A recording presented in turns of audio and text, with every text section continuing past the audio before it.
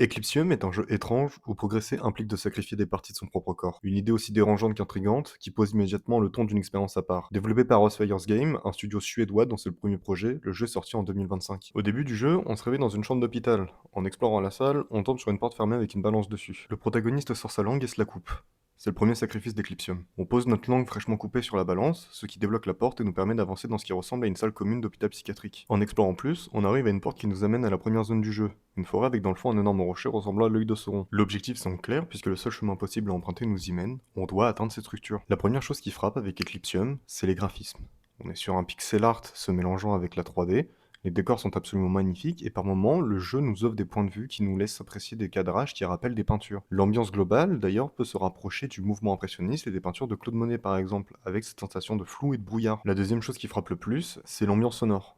On sent que le gros du travail a vraiment été fait pour immerger le joueur par les sons. À plusieurs moments, ces sons sont utilisés pour poser une ambiance qui, en fonction des différentes zones, change du tout au tout. Du côté de la musique, pareil, un immense travail a été fait et beaucoup de zones restent mémorables grâce à elle. L'ambiance globale du jeu se veut onirique et surréaliste tout en se mélangeant à des moments plus horrifiques en jouant sur le malaise. Par exemple, le passage où l'on découvre la femme géante pour la première fois est absolument dérangeant, mais l'essentiel du jeu ne repose pas que sur ça. Vers la fin, par exemple, l'ambiance est beaucoup plus posée et presque mélancolique, là où le tout début est essentiellement oppressant. Le jeu est un walking simulator fonctionnant en zone où le joueur doit résoudre des énigmes plus ou moins dures pour avancer. Certaines zones sont assez ouvertes, comme le village au début, ou le sous-marin. D'autres sont plus proches du couloir où on ne peut aller que dans une direction. Malgré d'énormes qualités, le jeu n'est pas exempt de tout défaut. Certaines énigmes sont assez floues sur la manière de les résoudre, ce qui s'explique pour moi par le fait que le jeu ne propose aucune exploration gratifiante. C'est-à-dire que l'on avance dans chaque zone sans jamais avoir d'ITA à ramasser, ce qui fait qu'on prend assez vite l'habitude d'avancer en regardant globalement les décors, mais sans s'attarder à explorer entièrement les salles, et donc on peut rater certains éléments nécessaires pour résoudre une énigme. Le joueur, pour résoudre les énigmes et avancer dans certains passages, possède différents outils qui sont souvent utilisables que dans une seule situation particulière. Par exemple, des planches gênent votre passage, vous utilisez l'outil de découpe pour couper les planches.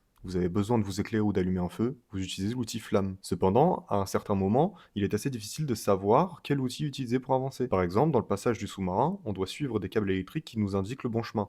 Mais à un moment, il se split et on doit trouver le bon passage pour continuer. À ce moment, le joueur est censé utiliser l'outil de vision, mais aucune indication claire ne le laisse supposer, ce qui fait que je me suis juste retrouvé à brute force en passant dans chaque porte jusqu'à trouver la bonne. Certaines zones sont aussi très dures à comprendre. Vers la fin, une zone entière repose sur plein de tuyaux qui vont dans tous les sens et le joueur doit trouver le moyen d'atteindre le bon endroit dans ce bordel visuel. En plus, à un certain moment, la caméra change d'angle en même temps que l'on se déplace, ce qui fait déjà mal au crâne et nous fait perdre la direction dans laquelle on est allé. En soi, l'effet est vraiment impressionnant, mais ça rend la lisibilité compliquée. Enfin, le plus gros reproche que je pourrais faire à Eclipsium est son histoire et sa manière de la conclure. Déjà, l'histoire est cryptique et ne repose sur aucun dialogue.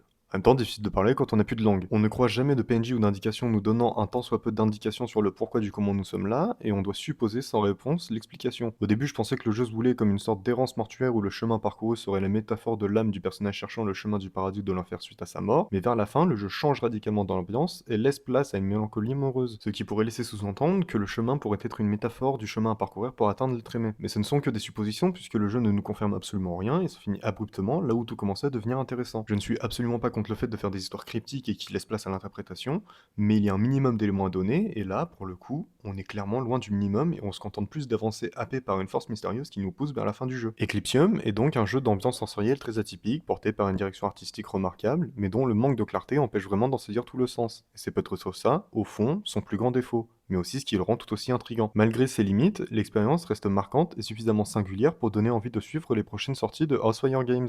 Si vous cherchez quelque chose de différent qui sort des codes habitués de l'industrie, Eclipsium mérite clairement qu'on s'y attarde, surtout pour une expérience qui se termine en à peine 3 heures. Merci d'avoir regardé jusque-là, à la prochaine.